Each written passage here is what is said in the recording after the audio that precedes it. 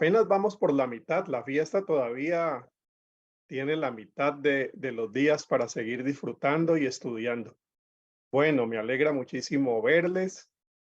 Tenemos un buen grupo hoy. Bueno, siempre hemos tenido por encima de 50, ¿cierto, Leticia? Bueno, y les felicito por esa fidelidad. Sacar tiempo para formarse no es tan fácil, sobre todo ustedes que en su mayoría son personas muy ocupadas, profesionales. Quiere uno tomar un descanso el sábado, el domingo en la tarde, y ustedes lo dedican para aprender. Felicitaciones. Bueno, voy a subir la presentación de hoy. Permítanme, subo acá. Creo que ahí la tenemos ya abierta. Muy bien. Vamos con nuestra 03. Voy a pedirles que algunos lean algunas partes para que lo hagamos más participativo. Y voy a pedir a alguien que nos ayude con la descripción de este tercer encuentro. Por favor. Adelante. Quien quiera ayudarnos, por favor. Buenos días, eh, te Pao, habla muy buenos Paola días. desde Muy Guayaquil. buenos Aquí yo días. le voy a ayudar Gracias. ahorita. En este tercer Gracias. encuentro, en la parte examinaremos algunas de las contribuciones de José Martí, conocido como el apóstol de la independencia de Cuba, a la pedagogía de la ternura como uno de sus grandes precursores. En la segunda parte nos adentraremos en la práctica de la ternura en tres de sus ámbitos privilegiados: la familia, la iglesia y la escuela. Para esto tendremos en cuenta los aprendizajes obtenidos por World Vision durante los últimos 10 años en su programa Crianza con Ternura. Además de lo que aquí digamos hoy, se motivará a que los participantes descarguen los recursos que están en disposición en el sitio web www.conexionternura.com. Todo lo anterior lo iniciaremos viendo un video de una experiencia de pedagogía de la ternura en Perú. Bueno, muchas gracias, Pao. Muchas gracias. Permítanme que por error baje la presentación. Bueno, y vamos, igual que hicimos el sábado pasado, a leer un texto del Evangelio. Miren que yo hago lo siguiente. Quizá a algunos de ustedes les pueda servir también. Yo les motivé a leer un Evangelio. Puede ser el Evangelio de Marcos.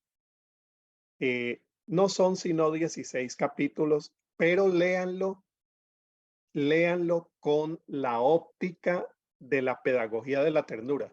A ver qué de nuevo encuentran en ese Evangelio. Los Evangelios tienen una particularidad, sobre todo por ser escritos de fe. Cuando hay un escrito de fe, el lente con el cual uno lea ese texto le va a informar algo muy distinto a si yo le pongo otro lente.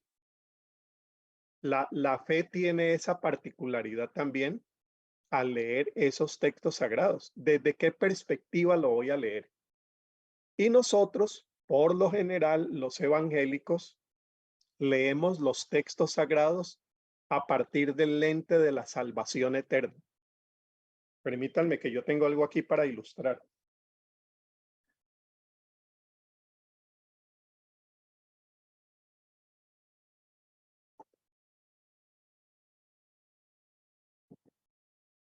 Aquí está. Mire, a propósito, aquí está. ¿Con qué lente lee uno los evangelios o lee los textos bíblicos en general? Entonces yo les decía que un lente que nosotros le ponemos a los textos bíblicos es el lente teológico de la salvación. Casi que toda la Biblia la leemos a partir de cómo obtener la salvación, qué nos enseña sobre la salvación por fe, cómo se consigue la vida eterna. Ese lente no está mal. Claro, restringe mucho el significado del texto, sobre todo cuando el texto no estaba hablando de ese tema y uno le pone el mismo lente. Entonces le hace decir al texto lo que el texto tampoco le está queriendo enseñar a uno, pero uno lo ajusta a ese lente. Por eso yo les estoy invitando a ponerle otro lente. Leer el Evangelio de Marcos puede ser otro evangelio. Yo les animo con el de Marcos y pónganle el lente de la pedagogía de la ternura. No tanto preguntándose cómo era que enseñaba Jesús, qué técnicas utilizaba él, sino en este marco amplio de cómo estamos entendiendo la ternura, cómo era que él se relacionaba con la gente. Y aun cuando no enseñaba, enseñaba. Es decir, aun cuando no estaba dando una lección específica, estaba enseñando. Estaba enseñando con su vida, estaba enseñando con sus formas de controvertir con los religiosos de su tiempo. Es decir, enseñaba aun cuando no enseñaba. Bueno, vamos a ponerle ese lente a este texto. ¿Quién nos ayuda voluntariamente leyendo este texto de Lucas capítulo 2? Aquí estamos en Lucas. Chirlane, por favor, gracias. Adelante. Adelante.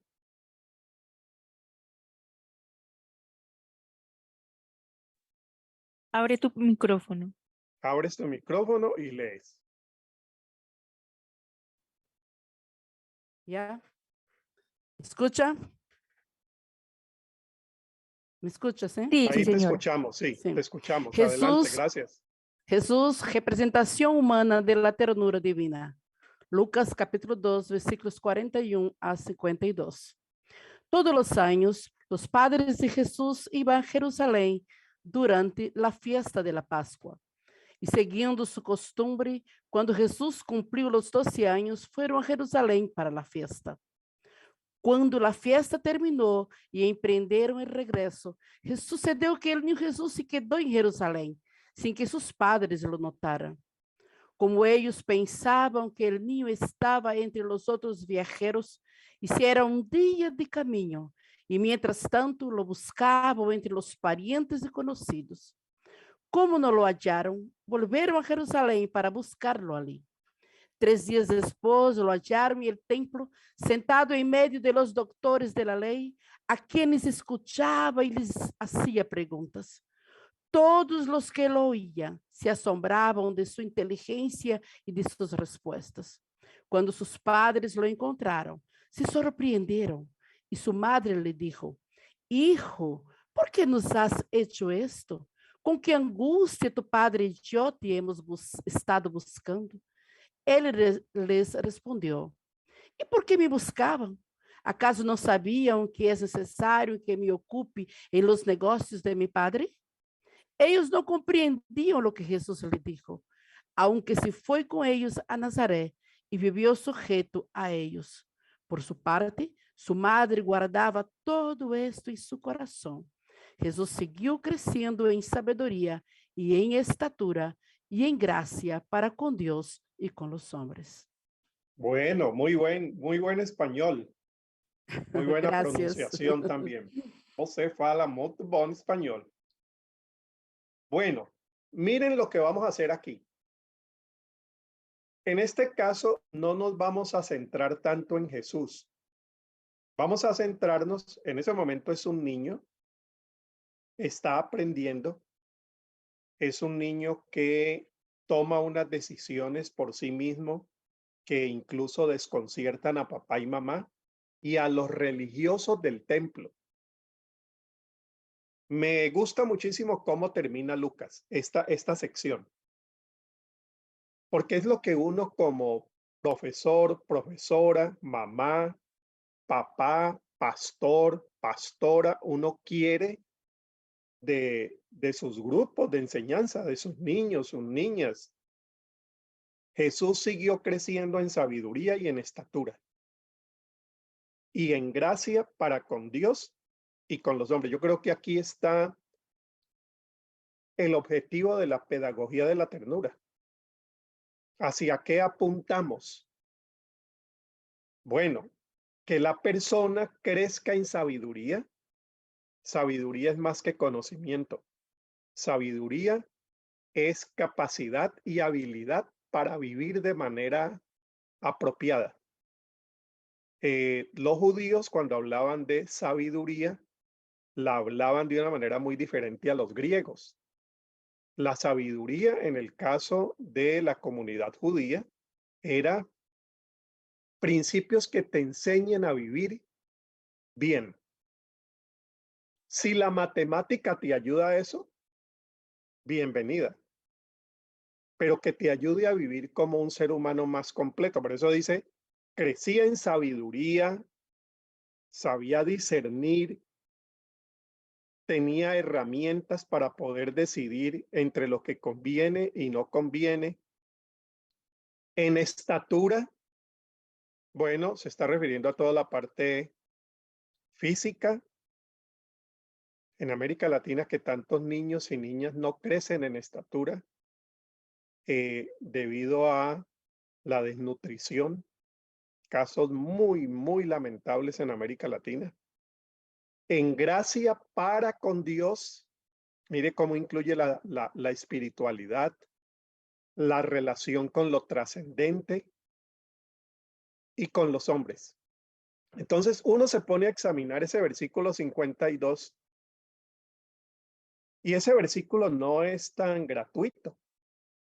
Lucas lo está poniendo con mucha precisión y mucha exactitud. Recuerden que Lucas es médico y cuando escribe con la exactitud de un cirujano. Escribe con mucha exactitud.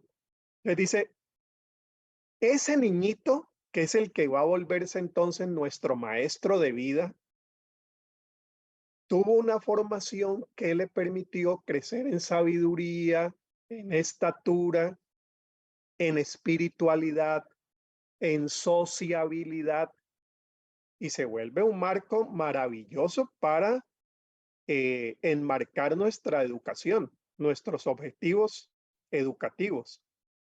En el caso de nuestra organización en la que yo sirvo, World Vision, a partir del versículo 52, organizamos un marco de desarrollo integral de la niñez.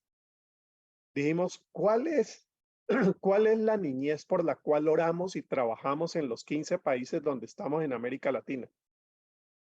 Que los niños de América Latina tengan habilidades de vida, sabiduría, sepan cómo diferenciar, cómo autoprotegerse, cómo decirle al abusador no, qué sirve y qué no sirve, que crezcan con salud, que tengan sus 3 comiditas mínimas, sus condiciones sociales en orden, que desarrolle la capacidad espiritual, no religiosa.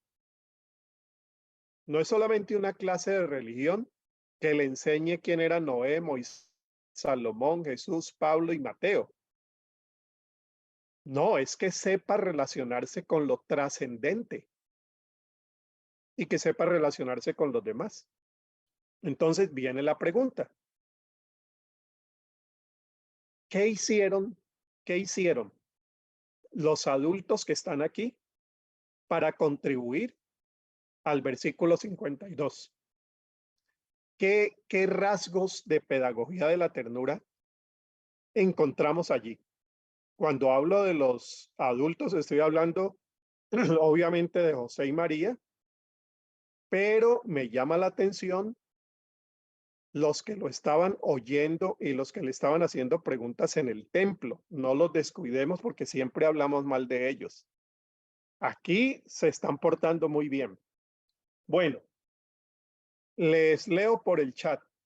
¿Qué rasgos, qué aprendizajes de pedagogía de la ternura podemos tomar de estos adultos que podrían explicar lo que es el resultado del versículo 52?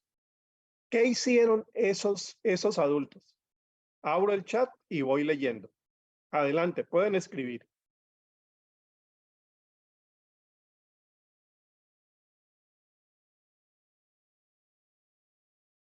Con toda confianza.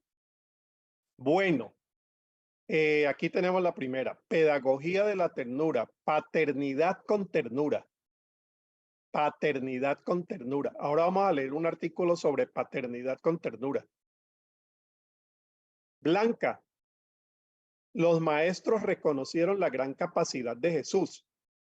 Importantísimo, porque en el primer encuentro, una de ustedes dijo, en la práctica, ¿cómo funciona esta teoría? Bueno, aquí tenemos un texto que nos da pautas muy prácticas. El maestro que actúa con ternura es una persona, y ya habíamos dicho algo sobre esto, que no solamente deja a los estudiantes admirados por lo mucho que él sabe, pedagogía tradicional, sino que logra admirarse por lo que el participante sabe y por lo que el participante no sabe. En las formas como el participante, estudiante, niño, niña pregunta. Admirable que haga ese tipo de preguntas y que reconozca esa necesidad de profundizar en este o tal tema. Entonces está valorando la participación de esa persona. Muy bien, Blanca, dice Joneide.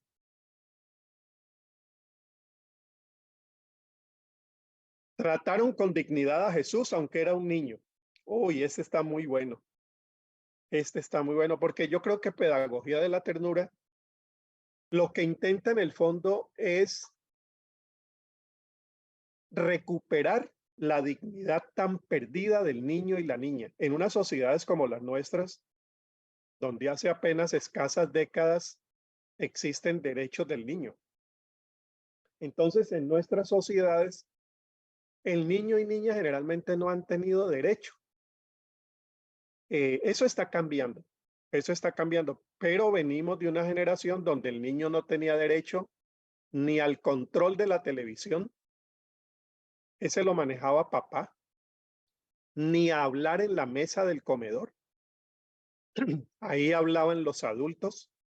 En mi casa decían, bueno, no en la mía, en mi familia ampliada decían, cuando los adultos hablan, los niños callan. Fuimos educados al silencio, para el silencio. Bueno, John Eider, muy bien. Clever dice, los padres lo buscaban hasta regresar a Jerusalén. Lo buscaron. Clever, nota lo siguiente. Aquí hay una clave también de conversación con ternura. ¿Cómo conversaron? ¿Cómo se reclama con ternura? Mire que María, porque en los evangelios José no habla. No sé si habían notado eso. En los habla María. María le dice, ¿por qué nos has hecho esto? Noten la gran diferencia, y esto se lo escuché hace mucho tiempo a Jorge Maldonado, uno de los mejores psicólogos pastorales de América Latina. Le recuerdo con mucho cariño, murió hace muy poco. Jorge decía, noten que en este caso del Evangelio, María se refiere a la conducta. ¿Por qué nos has hecho? No le dice, ¿por qué eres así? ¿Por qué eres? No, ¿por qué has hecho? Porque uno no es lo que hace. Uno no siempre es lo que hace. Uno es más de lo que hace. Entonces se diferencia la conducta del ser. Y aquí no hay nada más que explicar porque los que estamos casados sabemos generalmente cómo hacemos reclamos. ¿Por qué eres tan desordenado? Eres. Uno no le dice, ¿por qué has dejado los zapatos tirados fuera del baño? No dice, ¿por qué eres? Señala el ser. María sabiamente dice, ¿por qué nos has hecho? No dice, ¿por qué eres tan sinvergüenza? ¿Por qué eres tan desatento? ¿Por qué eres tan travieso? ¿Por qué eres tan pícaro? Miren, esas formas a veces empoderadas, como a veces nosotros hacemos cierto reclamo al estudiante, tiene mucho que ver con esto, ¿no? Bueno, Clever, muy bien. Lenovo no es el nombre, es la marca de la computadora. José y María respetaron a Jesús, dejándolo en el templo enseñando. Aquí estás diciendo algo muy, muy grande, ¿no? Una pedagogía de la ternura, y esto lo aprendemos de Paulo Freire, el famosísimo y quizá el más importante pedagogo latinoamericano del siglo XX. Él decía, uno tiene que enseñar para la libertad, tiene que enseñar para la autonomía. Es decir, yo enseño no para la repetición, para que usted repita lo que yo le enseñé, sino para que usted autónomamente resignifique lo que yo le di y con libertad lo procese. Imagínense el cambio que tendríamos en nuestras escuelas dominicales si nosotros enseñáramos no solamente para que el niño repita la sana doctrina, sino para que él la reelabore, y esa reelaboración de la doctrina o de la lección bíblica le lleve a ser un ser autónomo que toma sus propias decisiones, inclusive decisiones con las que papá y mamá no siempre están de acuerdo. Cierto que estamos tratando aquí un tema grueso, un tema grande de la pedagogía, porque las pedagogías tradicionales han enseñado para la repetición y la sumisión. Uno podría decir para la sumisión y la obediencia, para que el niño obedezca al profesor, la profesora, y bien que lo haga. Pero eso no significa lo que el texto nos está contradiciendo. No es para que haga siempre lo que el papá quiere. No, es para que también él desarrolle autonomía, no en rebeldía, porque dice que él bajó, fue a su casa y se mantenía sujeto a ellos.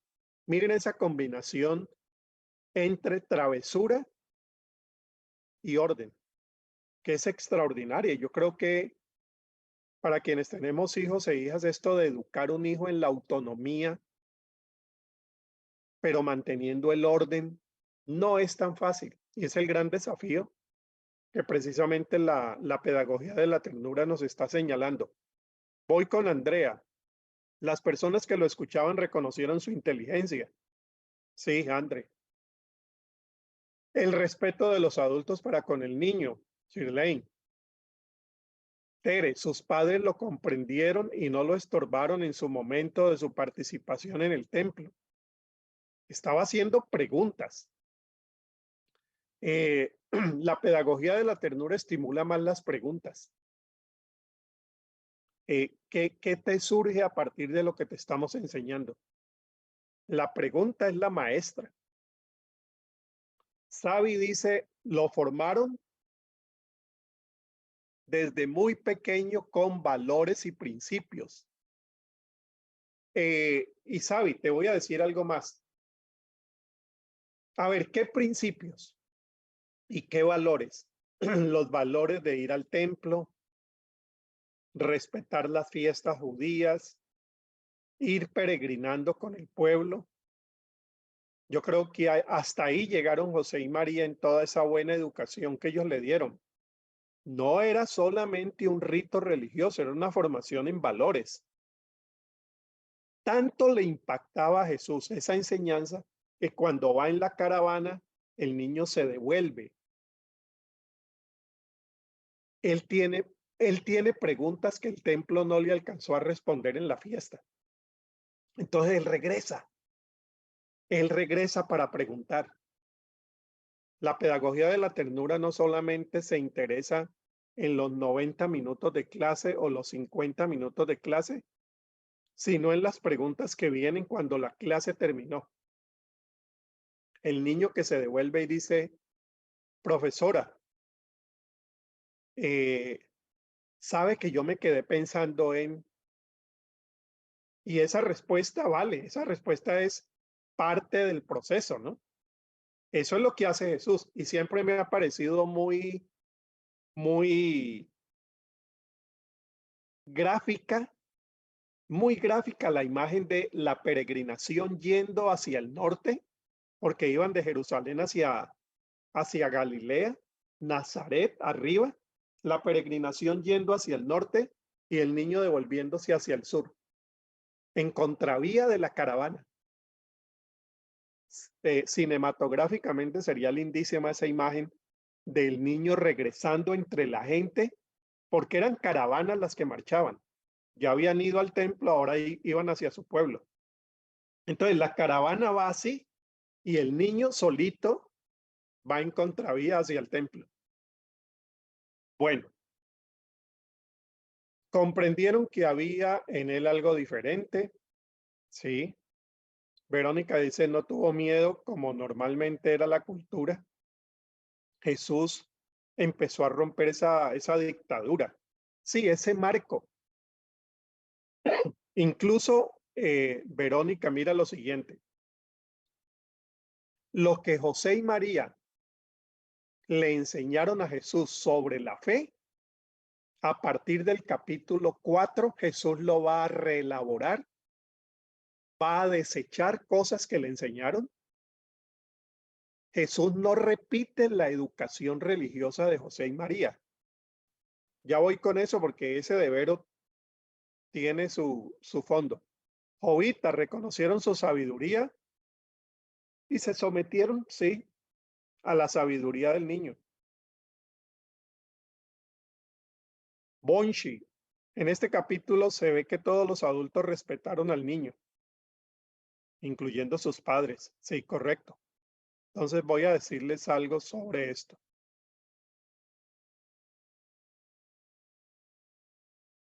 Bajo aquí les digo, miren, porque esto tiene que ver con enseñanza de la religión, enseñanza de la espiritualidad y enseñanza de la fe.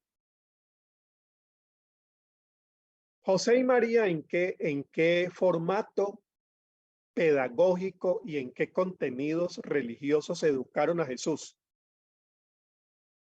En la fe judía. María es una buena judía. José es un buen judío, un justo. Recuerden que Lucas lo llama el justo. Justo dentro de la religión judía era una persona no necesariamente o exclusivamente que actuaba con justicia, sino una persona que sabía vivir conforme a la ley, respetaba sus mandamientos y se ajustaba a ellos. El justo por la fe vivirá, dice Pablo. Eso del justo está repetidas veces en Proverbios, por ejemplo. Lo educan en la religión, en la interpretación de la ley que trae su pueblo. María tenía sus interpretaciones a veces muy subversivas sobre quién era el Mesías, según el Magnificat, el cántico de Mateo. Pero noten lo interesante. Le dieron tan buena educación religiosa a Jesús. Le dieron tan buena pedagogía religiosa a Jesús que Jesús no tuvo que repetir todo lo que le enseñaron. Logró pensar eso que le habían enseñado desde su propia perspectiva. Lo reelaboró, lo resignificó al punto que, como dice Marcos, un día María, ya había muerto José, pensaron que Jesús había reelaborado tanto la fe que se había vuelto loco. ¿Recuerdan ese pasaje de Marcos? Dice, y sus hermanos, sus hermanas vinieron, se quedaron afuera, vinieron para llevárselo porque pensaban que Jesús estaba fuera de sí. O sea, ¿qué le pasó a este muchacho si nosotros le dimos una enseñanza religiosa tan estricta y tan judía y él está diciendo que si oísteis que fue dicho, yo os digo, y que él fue a cumplir, a planificar la ley y se está enfrentando con los maestros de la religión que nosotros tanto hemos respetado? Ni José ni María aparecen en conflicto con el templo, es Jesús. Esto tiene muchísimo que ver con la formación espiritual de hoy, porque hoy tenemos una generación que quiere reelaborar, estoy utilizando esos dos términos, resignificar la fe. Y nosotros tenemos que saber acompañar eso. Porque si nosotros le decimos, muchacho, pero ¿por qué estás pensando así? Si eso no fue lo que se te enseñó en la escuela dominical. Hoy tenemos una generación que tiene unas formas de pensar la fe de una manera muy distinta. La pedagogía de la ternura, como apunta a la autonomía, no espera que el otro repita, sino que el otro reelabore, porque al fin y al cabo, la maestra y el maestro hacen una parte y el espíritu hace la más importante. Entonces el espíritu a veces lleva al muchacho a entender la fe de una manera que aquí en la iglesia no le enseñamos. Aquí no te enseñamos de ecología. Aquí no te enseñamos de derechos humanos. Aquí no te enseñamos de esos temas de democracia y ciudadanía. ¿De qué estás hablando? No, es un resultado de unos valores que él está reelaborando y que nosotros tenemos que saber preguntar y responder. Yo me imagino que en el templo algunos de los escribas y maestros terminaron preguntándole al niño. Y la pedagogía de la ternura debe ayudar a reconocer que en el niño hay algo. Hay mucho que nos puede ayudar a entender la fe hoy. Bueno, dice Viviana, recordar que la enseñanza en la sinagoga no era igual. Sí. Él es la palabra, claro. Lo que pasa es que hasta ese momento, Vivi, él todavía no tiene mucha conciencia de Mesías. Eso la va a adquirir a partir del capítulo siguiente, ¿no? En el capítulo 4, cuando él va a la sinagoga ya estando adulto. Entendamos que aquí es un niño judío, es un niñito judío, formado como judío. Y estamos aprendiendo de las pedagogías de papá, mamá, los adultos que estuvieron allí en el templo que hasta aquí se portan muy bien. Bueno, ¿alguien más? Estoy con el chat abierto, entonces vamos aquí para que hagamos este ejercicio.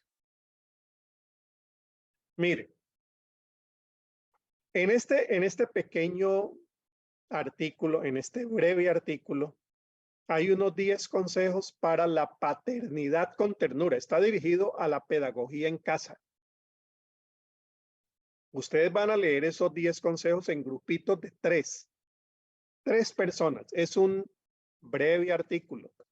Lo van a leer, agregan algún comentario. Aquí estamos intentando también generar interacción en el grupo. Pero van a traer al plenario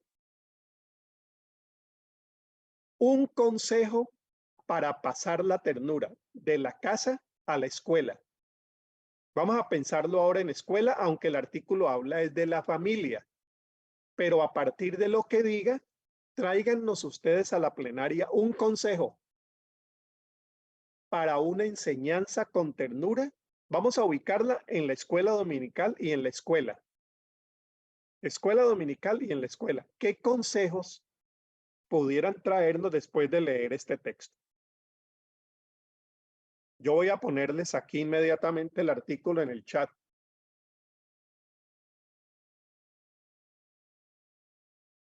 Ahí está.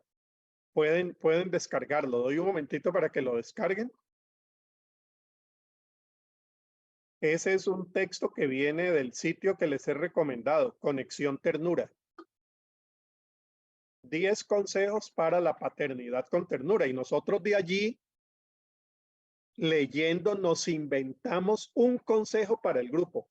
Y vamos a hacer una lista para aplicarlo en la pedagogía de la ternura en la escuela dominical y en la escuela en general. ¿Alguna pregunta sobre el ejercicio? Somos 57 personas. Entonces, en la escuela me enseñaron que 57 dividido en 3, 57 dividido en 3 nos da 19 grupos. Vamos a poner 18. Vamos a poner 18 grupos. ¿Alguna pregunta sobre el ejercicio? Leen, comentan y traen un consejo, uno solo. Porque como vamos a hablar aquí de 18 grupos, vamos a tener 18 consejos. Bueno, entonces vamos a dividir los grupos. Si no hay preguntas, y vamos a tomarnos 15 minutos.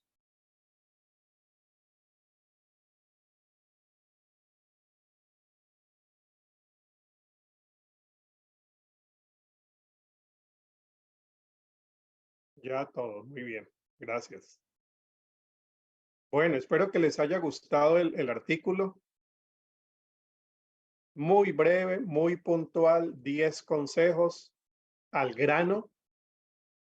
Pero claro, no tienen que ver directamente con escuela dominical. Por eso la pregunta, si agregáramos un 10º consejo para escuela y escuela dominical, ¿cuál sería? Entonces, pónganlo aquí muy puntualmente de parte del grupo. ¿Qué consejo nos dan a todos? Lo que yo voy a hacer después es descargar todo el chat y redactar 10 consejos para escuela dominical y escuelas, de lo que ustedes digan y yo pueda agregar si es que queda algo por agregar. Bueno, entonces voy leyendo en el grupo. Vaya en el chat, vayan poniendo el consejo que traen de parte del grupo, pensando en escuela y escuela dominical.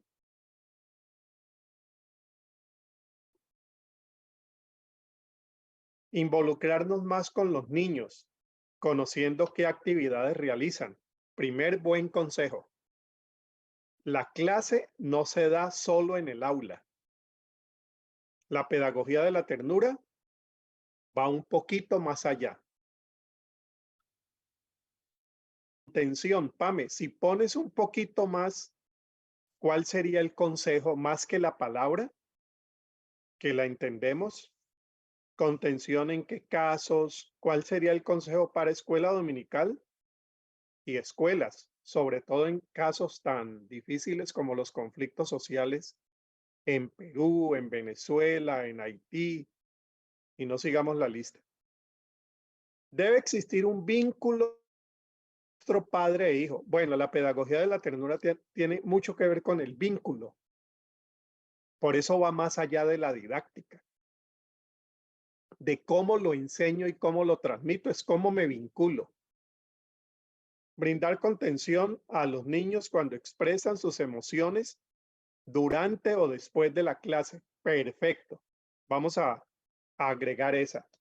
En nuestro grupo Escuela Dominical, amor incondicional. Sí, amor incondicional. Ahí está la base de la pedagogía de Jesús. Hablando con ellos teniendo en cuenta sus emociones. Blanca y su grupo. Aprovechar los espacios de la clase para que se sientan realmente amados. ¿Cómo fue tu semana? ¿Está bien hoy? ¿Cómo te sientes en tu familia? Y lógicamente que eso, cuando lo trasladamos al espacio escolar, ahí estamos jugando también con los tiempos. En una escuela dominical de 50 minutos, si uno se pone a preguntarle a los 15 niños, bueno, hay que saber cómo vamos a hacer eso y en qué espacios vamos a lograr ese vínculo. Antenor dice, validar emociones de los niños, no cuestionar las emociones, validarlas, entender qué significa o qué significado le da cada niño a esa emoción, lo que a largo plazo potencia el autoconcepto, la autoestima en cada uno, ya que se percibe escuchado, entendido y valorado. Volvemos al texto de Lucas. Ahí hay un niño que se siente escuchado, entendido, valorado. Teresilda dice de su grupo, demostrarles que nos preocupamos por ellos en todo lo que hacen. Sí, noten que tiene mucho que ver con la relación, ¿no? La pedagogía de la ternura tiene que ver mucho con la relación, que se entabla con el niño, la niña y con su contexto. Educar con responsabilidad. Andrea, involucrar a los padres de familia con talleres. Sí, muy importante este. Ya sabemos que en algunas iglesias hacen, por ejemplo, talleres de padre o escuelas de padre. Esto de la pedagogía de la ternura, cómo se traslada a la casa. Entonces, yo creo que es una idea fantástica tener en cuenta que cuando educamos, no educamos solitos. Obviamente entra papá, mamá, abuelita, abuelito, el contexto que está alrededor del niño. Quizá pudiéramos, junto a la escuela dominical, tener programas anexos de escuelas de papás y mamás para la ternura. Y ahí en el sitio Conexión Ternura y otros sitios hay mucho que aprender. Si uno entra a internet y pone educación positiva, educación con ternura, hoy afortunadamente se encuentra mucho sobre eso. Y en el sitio de Conexión Ternura siempre tienen contenido cristiano, que es un agregado valiosísimo. En caso de que los niños vivan solos con sus madres, ¿cómo pueden cubrir la necesidad paternal? Bueno, ese es un tema mucho más amplio. Yo creo que no se resuelve con una sola respuesta y sobre todo entendiendo que estos son, en algunas iglesias, la mayoría no tienen un papá. ¿Ves? Entonces, esa situación del contexto social, me gusta, Daisy, que la estás poniendo, la ponemos aquí también. ¿Qué fue el caso de Jesús? Tuvo un padre putativo, dicen que por muy pocos años. Ya después José desaparece del escenario porque dicen que José murió también muy joven. Verónica, en la escuela celebrar sus logros, esa parte de la celebración, por ejemplo, que la escuela dominical sea también un espacio y la iglesia, un espacio celebrativo, no un espacio solamente de lección, sermón, regaño, como fue la educación religiosa hace tiempo, ¿no? Sino una clase donde se celebran los logros y sobre todo se enseña a vivir. Se enseña a vivir. La escuela dominical con ternura no solo enseña, su fin no es enseñar la Biblia. A ver, yo digo este atrevimiento. El fin de la escuela dominical con ternura no es enseñar la Biblia, es enseñar la vida con la ayuda de la Biblia. A ver cómo les suena eso. La casa donde se quiere enseñar con ternura no solamente se interesa que el niño aprenda la Biblia, sino que aprenda la vida, cómo se vive mejor. Y para eso, qué mejor que la Biblia, porque la Biblia es un relato de vidas, de gente que vivió ejemplarmente y gente que vivió terriblemente mal. Entonces, la Biblia resulta ser un espejo de vida. Uno dice, pero ¿por qué la Biblia dejó esas historias tan crueles? Porque ahí hay enseñanza de vida, porque la vida sigue siendo así. Guerra, destrucción, abuso. Entonces uno expone al niño a esas historias de la vida real a partir de una historia bíblica. Por eso el resultado de la pedagogía con la ternura no es cuántos versículos se sabe o cuántos esgrimas bíblicos gana, sino cómo, versículo 52, cómo crece en sabiduría, en estatura, en gracia para con Dios y con la gente. No alcanzamos a concluir, pero lo que revisamos sería tener una comunicación con los niños de manera integral, no solo de sus condiciones básicas, sino emocionales, físicas, espirituales, es decir, estar atentos a la manifestación de su personalidad. Cristina, buenísimo. ¿Qué tal donde lo terminen de leer? No, esto está muy bueno. Y agrego yo algo aquí. La pedagogía de la ternura acoge la pedagogía con sentido pastoral. O sea, la maestra y maestro de escuela dominical asume su papel pastoral de cuidar, acompañar, mentorear, respaldar, y allí nos ayuda a hacer una diferencia entre el pastor y la pastoral. Pastor es un cargo digno, llamado, pero la pastoral no solamente la hace el pastor. La pastoral es una función de la iglesia. Cuando cuida, vimos en la pandemia, ¿no? Donde el pastor no llegaba, llegaba a la iglesia para hacer pastoral de acogida. Entonces, la pedagogía de la ternura se asume con ese sentido de cuidado, protección, desarrollo, promoción integral. Llamar a sus padres y preguntar por ellos cuando no asisten a la clase. Sí, hay un sentido pastoral. Nunca decir no, más avalar su respuesta, escuchar, dar participación.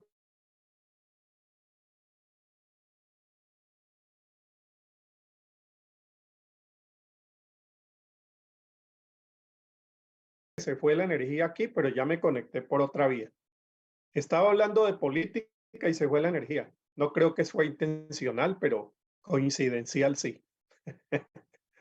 Bueno, muy bien. Vamos a tomarnos ahora unos 5 minutos de descanso y vamos con la parte de José Martí y otra que les va a interesar mucho. 5 minutitos de descanso y regresamos. Pongo el contador por acá.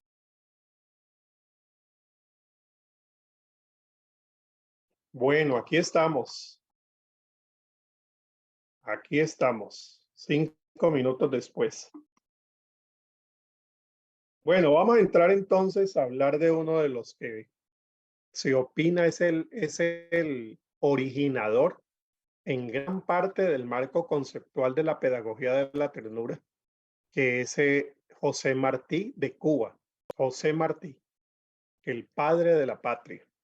Era educador, entre otras muchas cosas más. Bueno, vamos a subir aquí la presentación. Miren esta frase de Martí, a ver cómo les parece. Dice José Martí: siendo tiernos, elaboramos la ternura que hemos de gozar nosotros. Y sin pan se vive, sin amor no. Entonces, bueno, a veces alguien ha opinado por qué en lugar de llamarle pedagogía de la ternura no le llamamos pedagogía del amor. ¿Cómo enseñar con amor? Martí hubiera estado de acuerdo. Hubiera estado de acuerdo. Sin pan se vive, sin amor no. Sin tantas otras cosas que enseñamos, se puede vivir, pero sin amor no. Y lo que intentamos en una pedagogía en línea con la pedagogía de Jesús es dar lo que Él nos dio. Amor. Amor al enseñar y amor en todo cuanto Él hacía. Bueno, ¿quién nos lee esta frase de una pedagoga, Lydia Turner, cubana? Escribió un libro sobre pedagogía de la ternura que está en la bibliografía de este curso y que se puede descargar todo el libro y gratis. Se llama Pedagogía de la Ternura. ¿Quién nos ayuda leyendo esto de Lidia? Lidia y Balbina, que son las dos que escriben. Giovanni. A ver, Giovanni.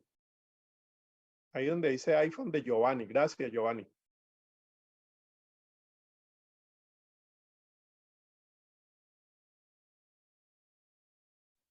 Gracias.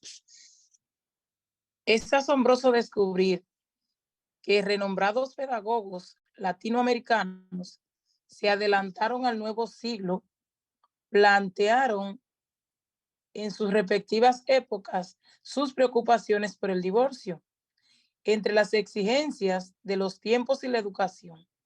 Solamente por mencionar algunos, podríamos citar a Simón Rodríguez, Venezuela, Altamirano y Barreda, México, Eugenio María de Hostos, Puerto Rico, Félix Valera, José de la Luz y Caballero, Cuba.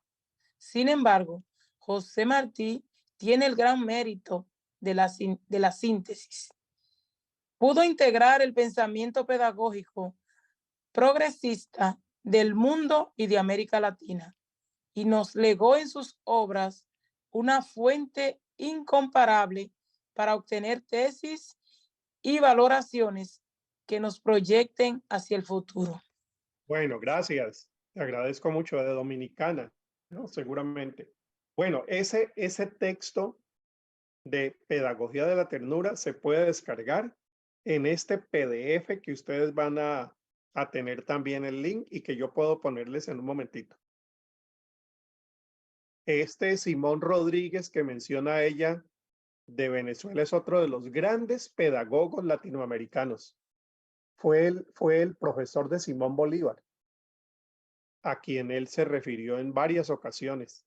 Simón Bolívar se refirió de él. Bueno, en la obra de Martí, miren este resumen y léanlo a partir de lo que dijimos en el texto de Lucas, a ver si logramos hacer la conexión. En las obras de Martí se encuentra una riqueza inmensa acerca de la pedagogía, la enseñanza y la educación en general. Miren los principios porque aquí vamos entrando ya en el núcleo principal de esto que estamos llamando pedagogía de la ternura. Los niños saben más de lo que parece. Principio obvio, pero que en la cultura nuestra no ha sido tan obvio. Los niños no saben. Los que saben son los adultos. Por eso el niño calla y el adulto enseña. Y en materia de fe, el adulto es el que sabe de Dios, el niño no. Los niños saben más de lo que parece y fue lo que Jesús dijo. Si ustedes no se hacen como ellos, no los escuchan, no van a poder captar un sentido espiritual que el niño y la niña tienen, que el adulto a veces ha perdido. Por eso se trata de que los adultos seamos como niños y no los niños como adultos. La pedagogía de la ternura tiene en cuenta cómo enseñarle al niño, pero cómo aprender. Porque los niños saben más de lo que parece. Segundo, lo que más importa es que el niño quiera saber. Me parece lindísima. No es lo que yo tengo para enseñarle, sino que quiera saber. Cuando uno despierta el apetito por aprender, profesora, a mí me gustaría que usted pudiera darnos, enseñarnos más sobre cuando hay apetito por aprender. Entonces pienso que una labor de un pedagogo, una pedagoga con ternura no es solamente enseñar muy bien la clase, sino despertar el apetito por aprender. Hay un término que utiliza un amigo mío. Al comienzo no me cuadraba mucho el término, pero he entendido que es muy acertado. Él decía que la labor del maestro era encantar. Encantar. Y eso no siempre lo logramos. Eso no siempre lo logramos. ¿Cómo lograr maestros de escuela dominical que encanten? Que no solamente el niño llegue ahí porque, bueno, ya el papá lo metió en esa clase, no hay más que hacer. ¿Cómo lograr que la clase sea encantadora? Labor grande. Tercero, no se sabe bien sino lo que se descubre. Esto de las pedagogías constructivistas. Es decir, esas pedagogías que no te dan la enseñanza lista, sino que te ponen los elementos para que entre el grupo y la profesora se pueda construir y aprender un saber. Se va construyendo el saber. No es que la maestra lo trae. Mire, hoy les voy a enseñar sobre el niño Moisés. Significa salvado de las aguas y lo suma.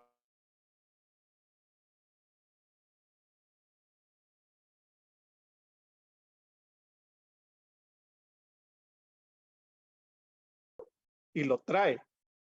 ¿Cómo lograr poner el texto y que el grupo vaya descubriendo lo que el mismo texto, lo que la misma lección, salgámonos de escuela dominical, lo que la misma lección nos da? La gran pedagoga en esto de lograr que los niños y las niñas se involucraran en la construcción del saber es María Montessori, la educación montessoriana. Hace algunos años, un grupo tomó la base conceptual de lo montessoriano y lo tradujo a la enseñanza bíblica. Les voy a poner aquí cómo se llama ese modelo de enseñanza bíblica a partir de lo montessoriano. Permítanme, yo pongo más que el nombre del sitio para que ustedes lo puedan visitar y conocer un poquito más de este enfoque. Esto es maravilloso, maravilloso. Aquí les voy a poner Godly Play. Este es un grupo, el que les estoy poniendo aquí es un grupo de España. Bajo acá y les pongo acá en el chat para que ustedes visiten ese sitio. Godly Play o Jugando con Dios. Entonces, esas lecciones bíblicas en el modelo de Godly Play, lo que se hace es proponer el pasaje bíblico a través de lo sensorial. Por ejemplo, hoy vamos a hablar de el pueblo de Israel viajando por el desierto y traen arena. Los niños tocan la arena. Se ponen muñequitos simulando el pueblo, simulando a Moisés, simulando los personajes. Y a partir de lo que los niños van viendo, reconociendo, se va construyendo un saber que la profesora ni se hubiera imaginado que se podía construir de esa manera. Godly Play. Si ustedes investigan un poquito más, hay una serie de libros que enseñan cómo dar lecciones de Godly Play.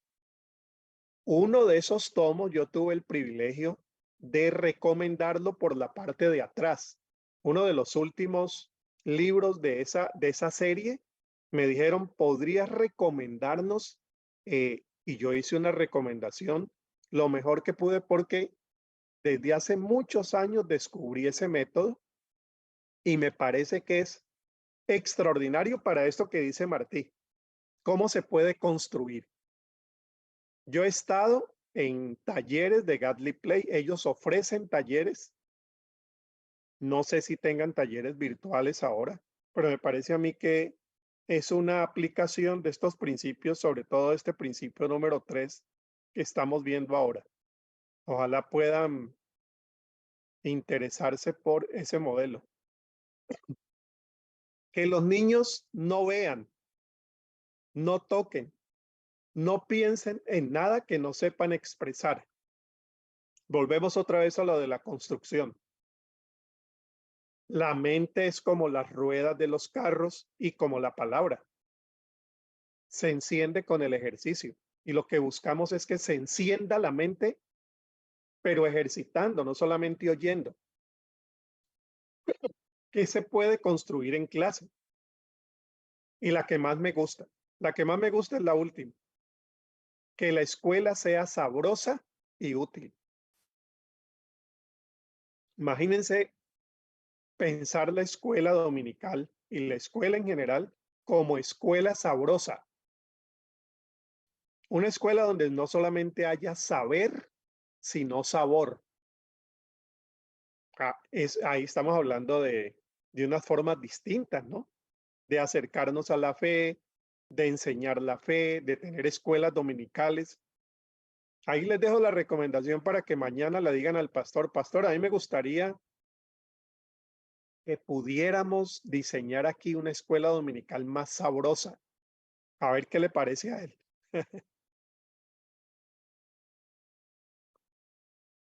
Bueno, yo les voy a dejar acá una ampliación de lo que yo hasta ahora he dicho para cada uno de estos principios de Martí.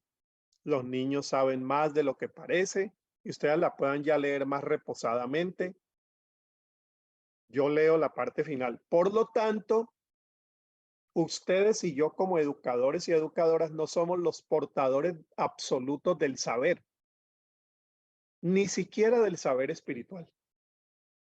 Los niños saben más de relación con Dios a veces que nosotros. Viene la segunda para que ustedes puedan leerla. Aquí hay una frase del filósofo colombiano más importante del siglo XX, Estanislao Zuleta.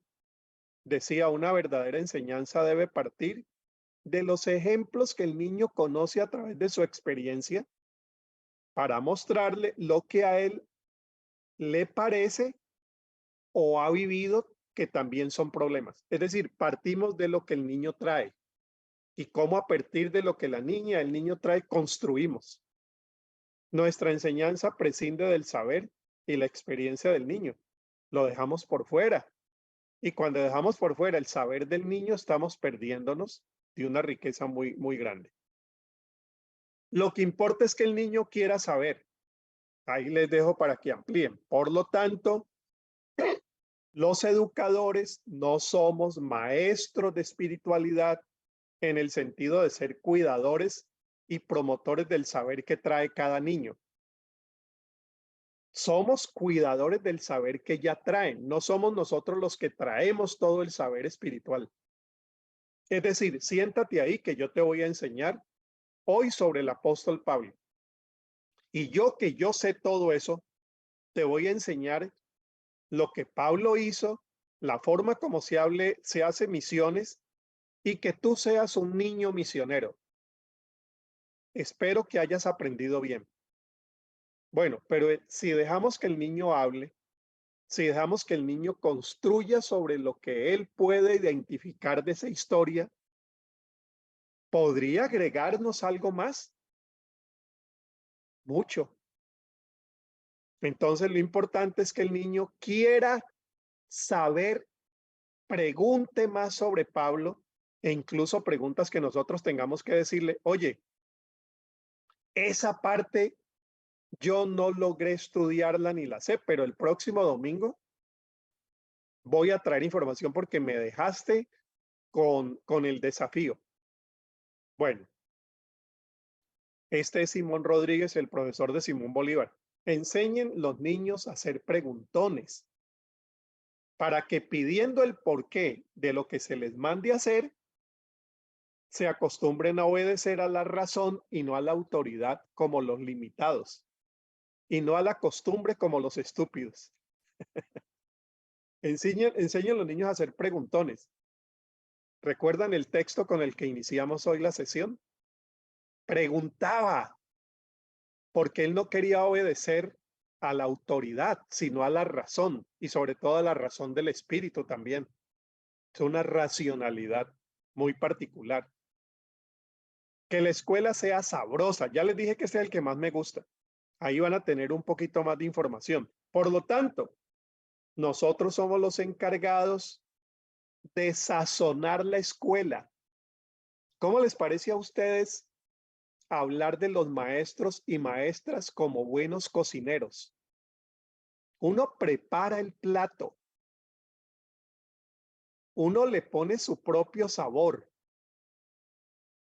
Pero los niños van a poder agregar y van a decidir hasta dónde eso que preparamos nosotros les gusta. Y lo que queremos es que les guste, lo disfruten y quieran hacerlo ellos también. Entonces, una iglesia sabrosa. Yo creo que por ahí tendríamos unas nuevas formas de ser iglesias, porque las iglesias nuestras son iglesias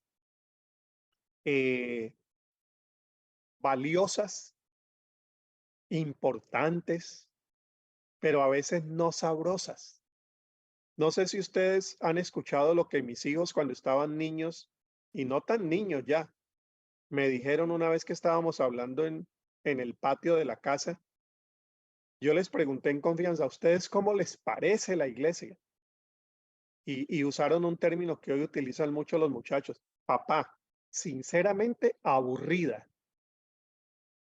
Aburrida. ¿Y ustedes por qué creen que es aburrida?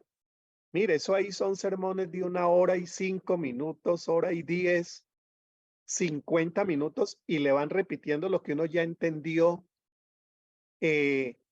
bueno, me hablaban de otras cosas más, pero noten la urgencia que tenemos de reformular nuestros formatos de ser escuelas dominicales e iglesias. ¿Podríamos hablar de iglesias sabrosas? Qué sabroso encontrarnos, qué sabroso abrir la palabra para estudiar, qué sabroso, bueno, función de una maestra que quiera seguir en la línea de pedagogía de la ternura es volverse buena cocinera de sus clases y ponerles sabor. Ah, eso me gusta. Albert Einstein decía, educación es lo que queda después de olvidar lo que se aprendió en la escuela. Esta está muy buena. Educación es lo que queda después de olvidar lo que uno aprendió en la escuela dominical. ¿Cómo era que se llamaba la abuelita de Timoteo? ¿Cómo era que se llamaba? Eso no lo olvida, ¿no? Lo olvida. ¿Cómo es que se llamaba? ¿De dónde era que era el papá de Timoteo? ¿Italiano o griego? Uno olvidó, pero le quedó algo que va más allá del dato histórico, geográfico. No, le quedó la lección más grande. Eso que queda después de que se olvidó lo que uno enseñó, dice Einstein, eso es educación. Bueno, crianza con ternura, ya dijimos la primera clase, es un enfoque de desarrollo humano y social de la niñez que busca sustituir la crianza que controla y domina a los niños a través del miedo y el dolor, la autoridad y la sumisión por una crianza fundamentada en el amor. La crianza con ternura es una revolución. Claro, porque está intentando transformar desde la cotidianidad, no desde la cúspide del poder poniendo un presidente nuevo para que nos traiga paz, nos traiga respeto, nos traiga... No, está trabajando una revolución desde la base para que aprendamos a respetarnos, para que aprendamos que los demás tienen derecho, para que aprendamos a vivir en diversidad. Entonces, que venga un buen presidente es nuestra oración. Pero la iglesia, ahí se equivocó la iglesia evangélica en América Latina pensando que su labor era poner presidentes. Y resulta que la labor es construir sociedades, como lo hicieron Pablo, Jesús, construyendo desde la base de la casa, la escuela, el trabajo, la iglesia, aprendiendo a relacionarnos mejor, movilizándonos para una sociedad mejor y mentoreando la vida de esos niños y niñas. Transforma entonces la crianza patriarcal, la crianza de la cual venimos, que legitima la violencia, controla, domina, subordina al otro. Aquí vamos por una educación distinta. La crianza con ternura, miren esta parte porque se han hecho investigaciones. La crianza con ternura disminuye el riesgo. Vamos a salirnos un poquito de lo que hemos estado tratando. El riesgo de el limitado desarrollo cognitivo y el bajo rendimiento académico. Cuando no ha habido una pedagogía en casa, en escuela, con amor y con ternura, con acogimiento, eso tiene un efecto en el rendimiento académico de los niños.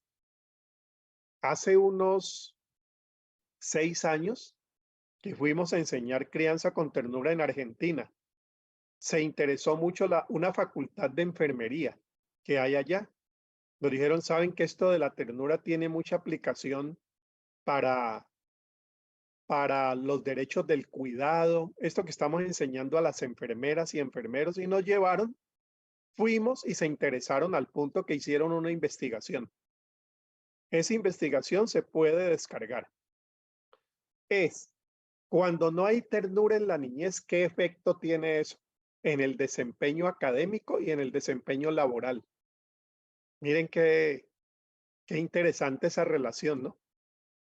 Hay mejor rendimiento académico y hay mejor rendimiento laboral cuando la persona ha tenido en su infancia condiciones de afecto, cuidado, respeto, las 3 comiditas diarias, protección y amor. Cuando ha tenido ternura y hacen esa investigación y hay unos asuntos allí que resultan extraordinarios. Ese grupo de esa universidad, como tiene vínculos con la política argentina, en el año 2019 propusieron frente al Congreso de Argentina una ley de crianza con ternura. Esa ley no avanzó, pero la propusieron, porque dijeron, esto debería convertirse en ley. Una forma como el Estado puede promover condiciones para que se den pedagogías y crianzas con ternura. Y ellos estudiaron todos esos efectos que tenía lo contrario, pedagogías de las tradicionales. Disminuye el riesgo de conductas sexuales de riesgo, alcoholismo, tabaquismo y drogadicción. ¿Qué hay detrás de una persona adicta? ¿Qué hay detrás de una persona alcohólica? Las investigaciones dicen que en una gran parte lo que hay son experiencias adversas en la infancia. Entonces, la pedagogía de la ternura apunta precisamente a esto. Depresión e intentos suicidas. Imagínense hasta dónde llegan las investigaciones con este intento. Violencia de género, tanto de ser víctima como de ser agresor. Bajo desempeño laboral, abstencionismo, conflictos relacionales, problemas financieros. Entonces, en resumen, podríamos hablar de estas 3 palabras, lo que busca la pedagogía de la ternura, trátese de la crianza en casa, trátese de la enseñanza en la escuela, trátese de las relaciones que desarrollamos en la iglesia. De lo que se trata es de restaurar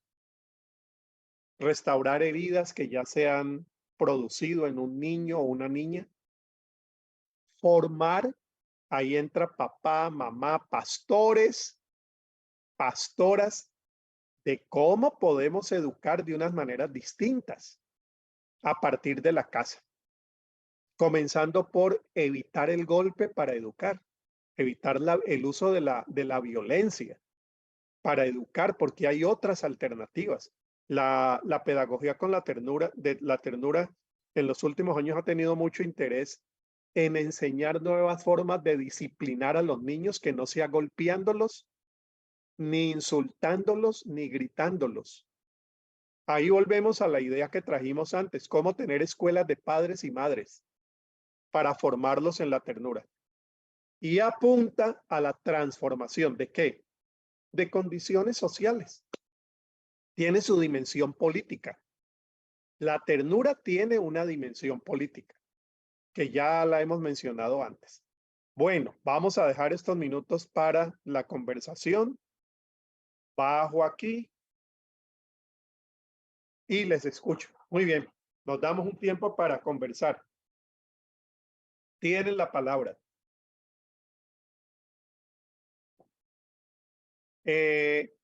Podría compartirnos el enlace del modelo mencionado, Gately Play. Fue el que puse allí en el chat, pero lo vuelvo a poner. Aquí va. Ahí se fue. Les escucho. Les escucho y voy poniendo algo más, si ustedes así lo necesitan. Les voy a poner el libro que mencionamos de la pedagoga cubana sobre pedagogía de la ternura. Está en PDF todo el libro. Lo pongo por acá también. Ahí se fue. Les escucho. Yo, me encantó eso de la iglesia sabrosa. Yo tengo la bendición de haber nacido en un hogar cristiano y he vivido en muchas escuelas dominicales en diferentes partes de mi ciudad, dependiendo de dónde vivía uno, ¿no? Se cambiaba de iglesia. Y sí, viví la escuela dominical que tú te sentabas y no te parabas hora y media, que te sentabas a pintar y a repasar el versículo, un versículo que nunca entendiste, pero Sí, tenías que aprendértelo. Cuando ya era un poco más grande, cuando regresé a otra iglesia, cuando fui adolescente, ya empecé a tener una escuela dominical un poco más de preguntas, de qué te parece, de cómo lo has vivido, ¿ya? Y ahora que soy profesora de escuela dominical con niños tan pequeños como yo empecé en la iglesia a la misma edad, siempre les he dicho a todas mis compañeras de escuela dominical que de verdad que tenemos que hacer una diferencia. Es decir, yo les cuento mis anécdotas de escuela dominical porque muchas de ellas recién llegan a los caminos del Señor hace pocos años, ¿no? No tuvieron esta experiencia que viví yo. Y les digo, yo tuve unas profesoras extranjeras que, que se les entendía el español y todo, pero que fueron las que marcaron en mi vida el aprender, cómo aprender un versículo, cómo disfrutar un versículo. Y tuve profesoras que me amarraban a una silla, porque yo fui súper yendo y viniendo, de arriba a abajo, trepada en un árbol, y recoge a Paola y agárrala, ¿no? Entonces he tenido de todo. Pero ya siendo yo la profesora, le digo, yo disfruté mucho esa profesora que nos dio libertad para preguntar, que me enseñó a estudiar algo que me gusta estudiar y que teníamos tiempo para jugar un rato, para pintar, para cantar, para saltar, para disfrutar del tiempo. Y es lo que trato de hacer con mis clases, esa parte de sabrosa, no le había puesto el nombre a mi clase, de ser diferente, no ser la misma escuela que ellos van todos los días entre semanas, sino hacer la diferencia para que ellos aprendan mejor, ¿no? Y disfrutarla, porque yo la disfruto también. Yo disfruto las respuestas de ellos, porque ven la vida de otra manera. Son tan angelicales, ¿no? Son tan ellos, tan transparentes.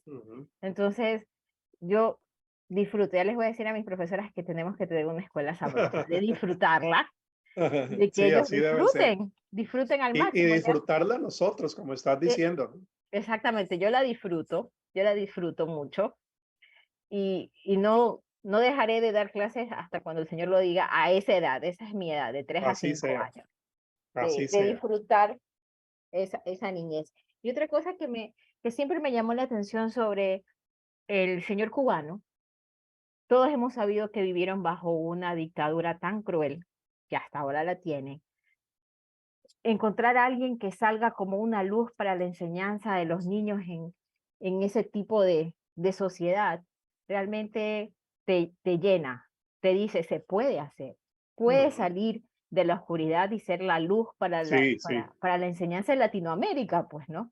Pero ¿de dónde sale? De un hombre que ha vivido una claro. dictadura en su vida, de tantas faltas de tantas cosas en un régimen cubano como el que ahora se vive. Ver que él disfrutó de hacer una diferencia, ¿no es cierto? Y que la estamos disfrutando nosotros ahora. Sí, así es. Gracias, Pau. Y mira que allí Teresilda está diciendo algo de cómo todo esto tiene relación también con los procesos como elegimos los maestros y maestras de escuela dominical. Entonces ella dice que esto debería empezar, y yo estoy muy de acuerdo, con gente que esté llamada y no que sea una imposición. O sea, para poder saborear y disfrutar tiene que haber una vocación, ¿no? Una vocación. Voy a ponerles aquí inmediatamente otro sitio que representa o que presenta una versión algo modificada del Gadley Play, que se llama Catequesis del Buen Pastor. La sede está en Chile. Ahí está. La pueden descargar, el sitio, conocerlo. ¿De qué se trata esto de la catequesis del buen pastor? Porque son modelos a partir de los principios pedagógicos de Montessori, constructivistas. Esto de que se construye con el niño la enseñanza bíblica. Los conozco, los visité en su sede de Chile. Para quienes están en Chile, aprovechen, pueden entrar en contacto con ellos. Son evangélicos y católicos, anglicanos, que intentan enseñar las lecciones bíblicas de una manera más sabrosa y novedosa. Entonces me interesa mucho eso. ¿Qué autor creó el término pedagogía de la ternura? Hasta donde yo sé, Alejandro Kusianovic, para América Latina, peruano. Alejandro Kusianovic. Ahora les pongo algún video de él.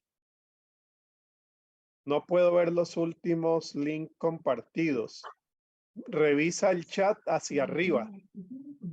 O si no te ayudamos, Giovanni. Si no te ayudamos, ahí están.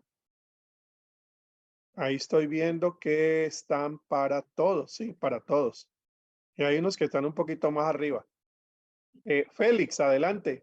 Gracias, profesor. Disculpe que no puedo poner mi cámara, estoy en un lugar que no puedo. Tranquilo.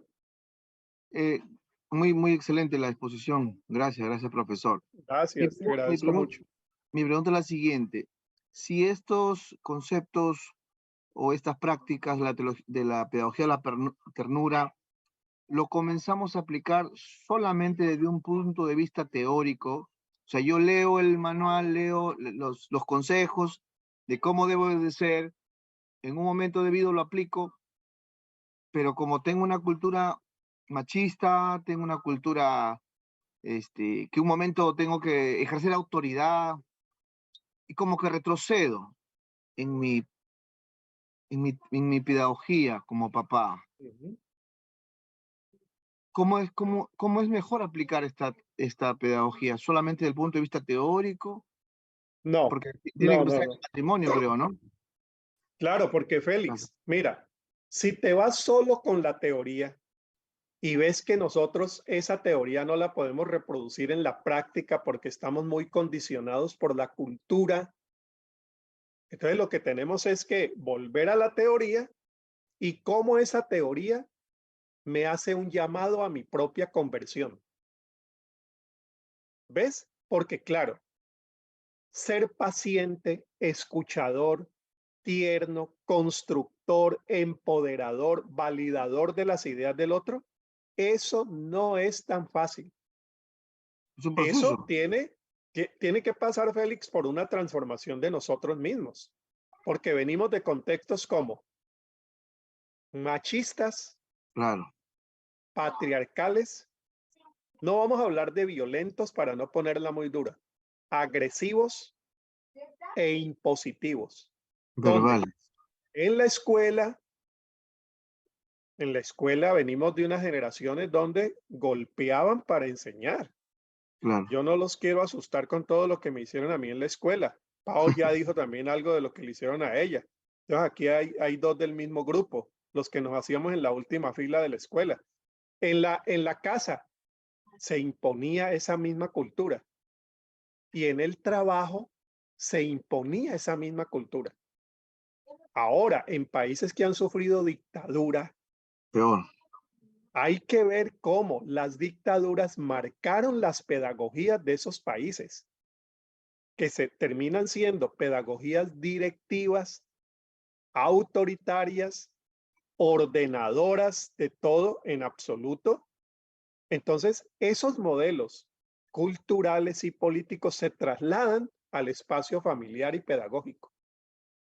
¿Qué necesitamos? Ser conscientes de que enseñar como Jesús enseñó con tanto amor necesita una transformación también nuestra, de reconocer nuestros propios pecados de agresión, imposición, violencia en nuestra propia casa. Quienes educaron a los hijos golpeándolos, pensando que esa era una expresión de amor, yo creo que eso debe llamar a una... Profesor. Yo no voy a llamar aquí arrepentimiento. Use usted la palabra si le gusta. Yo diría a una concientización de esos procesos en los cuales todos nos involucramos.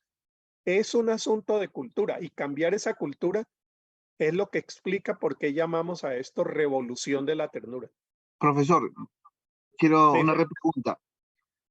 Como yo estoy en la clase, comenzaba a compartir por ahí con unos compañeros de la iglesia y me decían, quizás como no lo entienden, mejor como ahorita usted nos está enseñando, me dice, pero eso en la actualidad, el extremo, me comentó alguien, el extremo puede llevar a, no sé, a consentir, a tener niños débiles, no sé, y por ahí que al extremo de tener niños afeminados. Sí, ¿Cuál sería el equilibrio? Porque si el sí, papá sí, no Félix. entiende eso, o el profesor no entiende eso, y todo es ternura y no entiende que hay firmeza, Claro, claro, te criar entiendo niños muy bien. débiles, afeminados, esa es mi otra repregunta. Gracias, profesor. Claro, no, no, no. Gracias por ponerla así tan directa, Félix. Después vamos con Teresilda y ahí cerramos. Vea, Félix, le agradezco mucho que hable así a calzón quitado. Claro, cuando hablamos de estas pedagogías, mucha es la gente que me dice ya después de la clase, Harold, pero esto tiene un riesgo, porque entonces ahora los niños van a terminar mandando a los papás y mamás.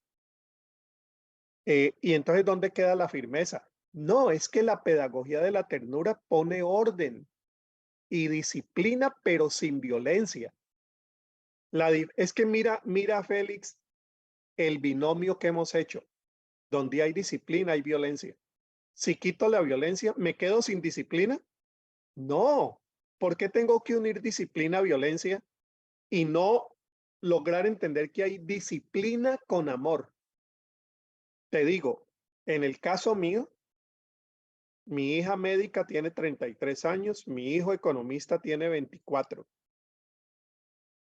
A Laura, siendo muy niña, le usamos una revista dobladita para darle en las nalgas y disciplinarla, y eso fue hasta los 4 años, porque Marilu y yo teníamos muchas dudas de por qué había que golpearla para que entendiera. Y un día le dijimos, Laura, trae el pao pao.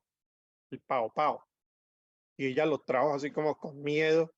Y me van a No, mami, mire, a partir de hoy vas a ir y vas a botar en la basura esto. Mamá y yo nunca más lo vamos a usar. A partir de hoy vamos a hablar, vamos a hacer acuerdos, pero te tenés que comprometer.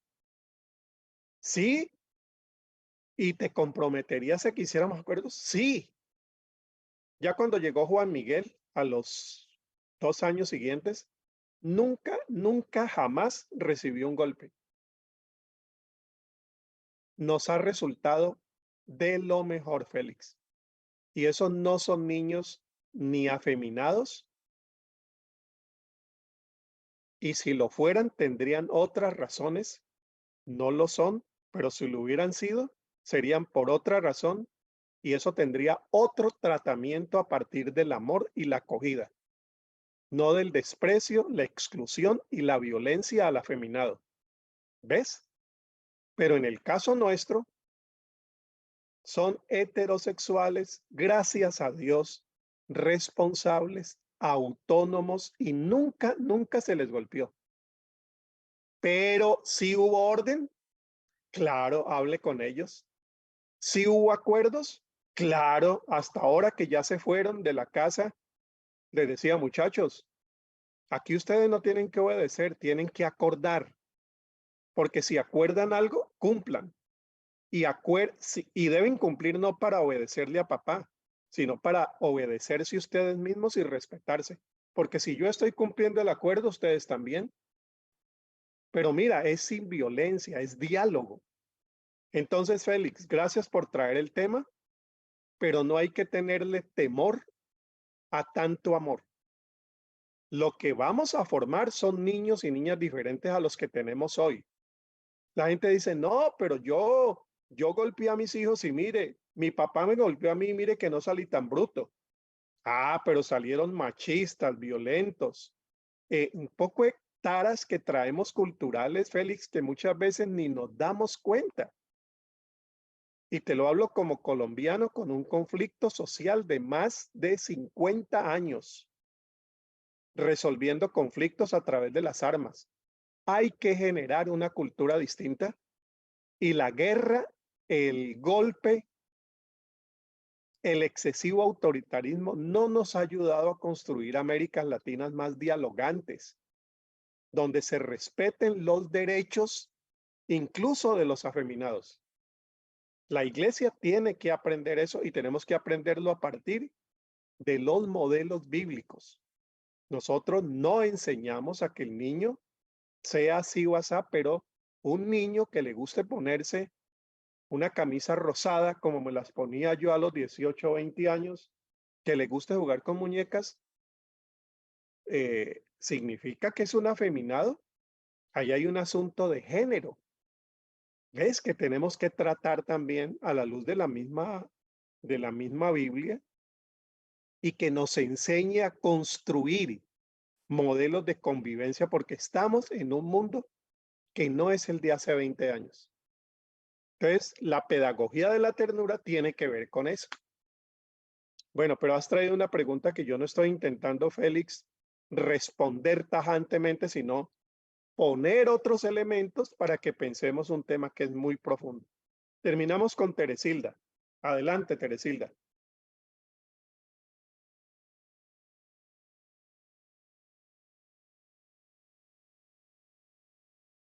Te escuchamos. Lo que pasa, ya, Ah, sí, ya. esto de la ternura, bueno, es impactante para mí, porque no, quizás en el tema de no haberla vivido. Yo tuve un esposo, digo que tuve un esposo porque hace 2 años él falleció, que él era una persona que destilaba ternura y que era como un imán para los niños y que enseñaba a los maestros de escuela dominical a tener un buen trato con ellos. Y él no necesitaba, nunca ha necesitado el látigo para sus hijos. Pero también me doy cuenta de que también esto de la ternura, este pastor, viene también arraigado con tu pasado, con tu carácter, de la formación que te han dado y del grado de humildad que tú tengas en el corazón. Entonces, quizá muchos no estamos, no hemos venido con ese ingrediente de la humildad del corazón. Y entonces, para nosotros, los que tenemos un carácter un poco más duro, es muy difícil actuar con mucha ternura. Y entonces golpeamos, ¿no? Golpeamos porque nos sacan de la paciencia. Sí. Pero es que así nos han enseñado. Y nos han enseñado de que por ejemplo, las mamás antiguas con la sangre entra la letra, pues, ¿no? Hasta los profesores en el colegio. Sí. Entonces, Sí. entonces venimos con eso venimos. Pero hoy ya en el camino del Señor que estamos, ahora, por ejemplo, que el Señor me ha puesto al frente de su obra a través de mis autoridades, siento como algo muy especial que Dios ha colocado en mi corazón, esa ternura de tener con la iglesia del Señor Jesucristo, ¿no? Mi esposo decía, no es tuya la iglesia es del Señor Jesucristo, y por lo tanto nosotros tenemos que tratarla con ternura, con amor, pero hasta que tú no tengas esa responsabilidad sobre tus hombros, no entiendes esa palabra. Es un ingrediente que Dios te añade a ti. Cuando tú ves la responsabilidad frente a ti, Señor, por favor, ayúdame, ¿no? Entonces, eso creo que falta mucho en casi todos nosotros cuando tenemos esa responsabilidad de estar delante de los niños, no golpearlos, no gritarlos, ¿no? Así es, Teresita. Vivir Muchas nuestro gracias carácter, también. pastor, nuestro Así carácter, es. es el carácter muchas veces que nos traiciona Sí. y con el ingrediente del desamor también, pues, ¿no? Sí. De la no paciencia, ¿no? Eso. Muchas gracias por tu testimonio, tu ministerio y la gracia que Dios te dio de tener un esposo como el que estás presentando, ¿no? Que no es la gracia de la mayoría de mujeres en América Latina. Estamos en el continente que produce más violencias en todo el mundo. ¿Ves? Y violencia intrafamiliar muchas veces en hogares evangélicos. Le agradezco mucho a Carlos que nos ha puesto una recomendación bibliográfica que ya les acabo también de poner aquí, a partir de la recomendación de él, de 2 autores que no conozco, pero acabo de ver los títulos sobre el cerebro del niño y sobre educación no violenta. Entonces, muchas gracias, Carlos, y voy a interesarme en esos autores. Muchísimas gracias a ustedes, gracias por su interés, su paciencia. Espero que esta clase haya resultado sabrosa, no tanto como el almuerzo que nos espera, pero lo he intentado. Muchas gracias, Leticia, el cierre.